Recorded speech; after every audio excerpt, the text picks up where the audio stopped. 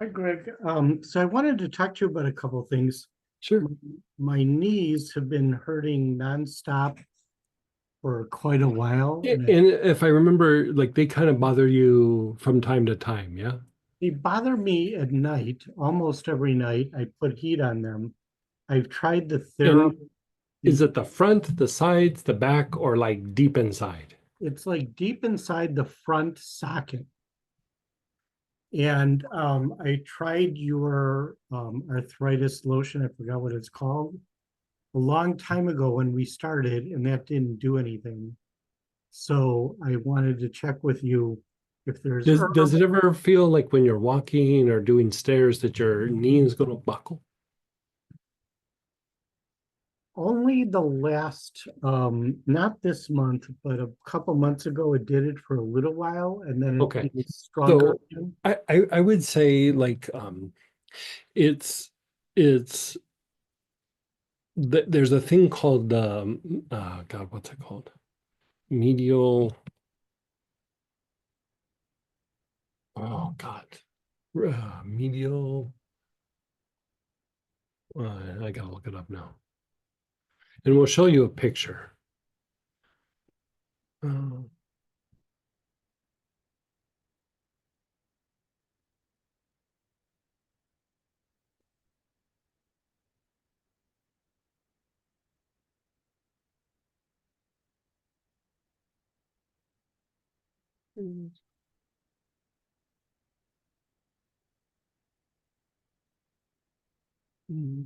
It's been hurting me since I was a kid. I know my yeah, grandmother, my it's sister. it's actually, oh, it's the latter. So vastus medialis, that's what it is. So I'm gonna send you we're gonna post a picture, I should say, and gonna show you. And I wouldn't even so much pay attention to the pain pattern. It's more about like where to treat. uh, Hold on just a sec.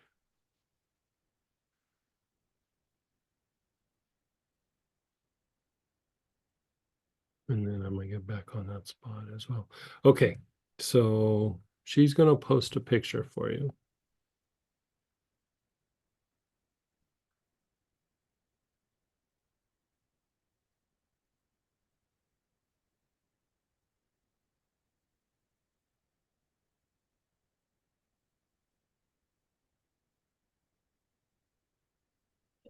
Give me one sec to share.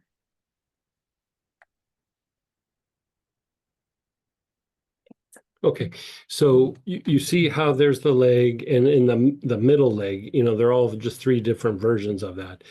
But there's the bottom X, that's kind of close to the kneecap. yeah, So that's your culprit. And the issue being that it can make the knee buckle, it can cause pain. You can see that the pain radiates down into the knee. But part of the issue is that when that gets kind of flared up, is that it actually like kind of puts pressure on the ACL, that ligament that runs through the middle of the knee, mhm, and it will make the knee a little bit unstable. But part of the deeper pain in the knee is that your your ligament is having to stabilize that knee because of the tension in this particular part of the muscle. And it's not just like a cramp. It's like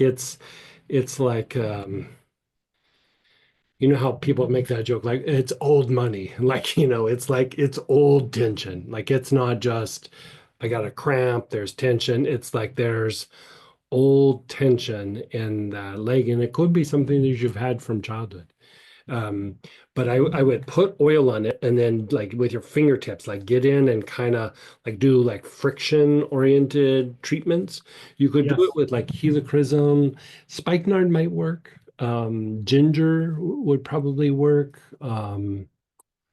Uh, I have all three of those. So yeah, what do if you have all three, do helichrysum.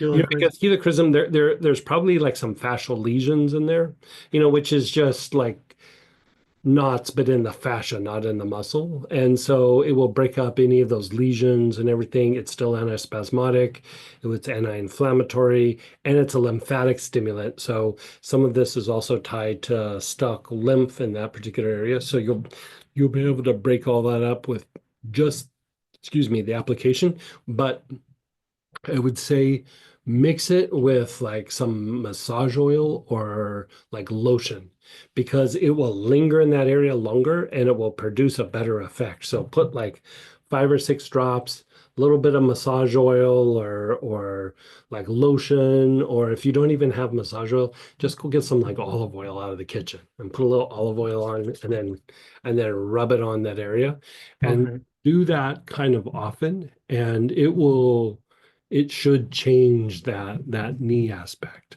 Yeah. really? Oh, that would be great. Yeah.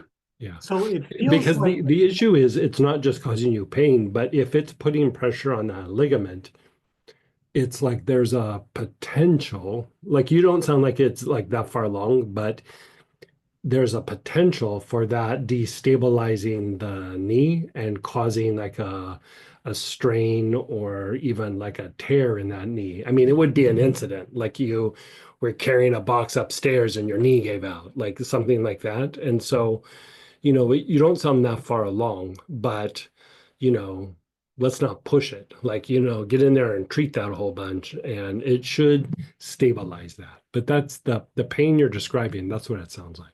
okay, it, I'll give that a try. It feels like it's not where the X was. It feels like the No, pain. the X is not going to be where the pain's at. Oh, really? No, it's a referred pain. So the X is like where you treat, but the X is not where the issue is. Like Okay, it will cause like a radiating pain in a different area, and it also will cause like neurological and lymphatic dysfunction in the area of the body. But like I'll give you an example, is like there's a spot in the bottom of your calf muscle, right above the the Achilles tendon, and it will cause pain all the way up in your SI joint, which is like the top part of your hip, and it will cause your jaws to like brux, to like grind your teeth, and nowhere near where that calf muscle is. It okay, causes neurological dysfunction, so that's what makes it a trigger point versus just a knot. Like it's like wherever, there's this old saying with like deeper fascial manipulation and trigger point therapies is wherever the pain is, that's not where the problem's at. Like you look for a problem somewhere else, you look at where the pain is, and then you start going, okay, what are these potentials? And then you treat where the like here where those X's are. okay, okay. I'll give that a try and get on that. If I do that after a month, do you think I'd see? I would say after a couple of treatments, you should start feeling better, but it might need treatment for a little while. If you've had it for as long as you've had, you're probably not going to make it go away like completely, but like at first. But the more that you treat it, it will have a longer lasting effect. But you should start feeling effects within a treatment or two. Okay, Yeah. and then